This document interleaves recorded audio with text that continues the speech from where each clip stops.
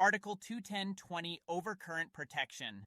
Branch circuit conductors and equipment for circuits not exceeding 1000 volts AC or 1500 volts DC shall be protected by overcurrent protective devices that have a rating or setting that complies with 210.20A through D.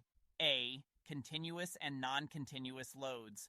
Where a branch circuit supplies continuous loads or any combination of continuous and non-continuous loads, the rating of the overcurrent device shall not be less than the non-continuous load plus 125% of the continuous load.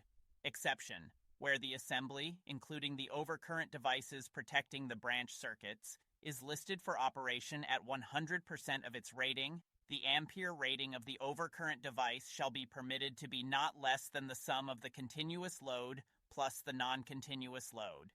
B. Conductor protection. Conductors shall be protected in accordance with 240.4.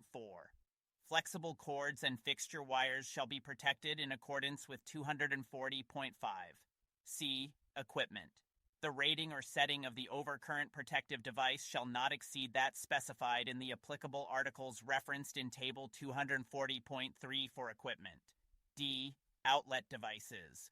The rating or setting shall not exceed that specified in 210.21 for outlet devices.